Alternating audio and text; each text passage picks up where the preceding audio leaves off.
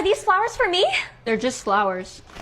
Does anyone else have a friend that is extremely nonchalant and downplays every single thing in their life? បញ្យលអត្ថន័យពាក្យអង់គ្លេស nonchalant ជាភាសាខ្មែរពាក្យមួយនេះមានត្រពាក្យគុណនាមបើសិនជាយើង describe នរណាម្នាក់ថាជា a nonchalant person នោះយើងចង់មានន័យថាមនុស្សនោះគឺជាមនុស្សដែលមានចរិតឬក៏មានលក្ខណៈបែបស្ងប់បែបមិនងាយប្រតិកម្មមានន័យថាទោះបីថាមានអ្វីមួយរំភើបអ្វីមួយគួរឲ្យខ្លាចឬក៏អ្វីមួយគួរព្រួយបារម្ភក៏ម្នាក់នឹងអត់មានប្រតិកម្មដែរគេធ្វើបែបធម្មតាឧទាហរណ៍ម្នាក់នឹងអាចនឹងឈ្នះពានរង្វាន់អីមួយខ្លាំងអញ្ចឹងហើយមានអ្នកតេះដៃអបអរសាទរខ្លាំងក៏ដោយគាត់គេធ្វើធម្មតាគេធ្វើ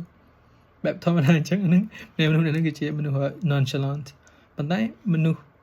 ប្រភេទ nonchalant អាចជាគ្រាន់តែជាការសម្ដែងឬក៏អាចជាចរិតពិតរបស់គេហើយពាក្យនេះវាមានន័យស្តៀងនឹងពាក្យអង់គ្លេសមួយទៀតគឺពាក្យ indifferent បើសិនជាយើង describe នរណាម្នាក់ as an indifferent person នោះមានន័យថាយើងចង់មានន័យថាមនុស្សនេះគឺជាមនុស្សដែលអត់ខ្វល់មានន័យថាមនុស្សដែលធ្វើបង្ងើយកន្តើយ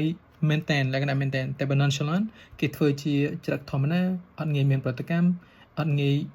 ត់បង្ហាញពីអារម្មណ៍ភ័យព្រួយឬអារម្មណ៍រំភើបឬអារម្មណ៍តក់ស្លុតអីទេគេធ្វើចរិតបែប cool បែបធម្មតាបែបបង្ងើយកន្តើយតែអាចជាគ្រាន់ជាការសម្ដែងឬក៏អាចចរិតពិតតែបើពាក្យ indifferent មានន័យពិតអាចសំដៅលើន័យបែបអវិជ្ជមានជាងអូខេ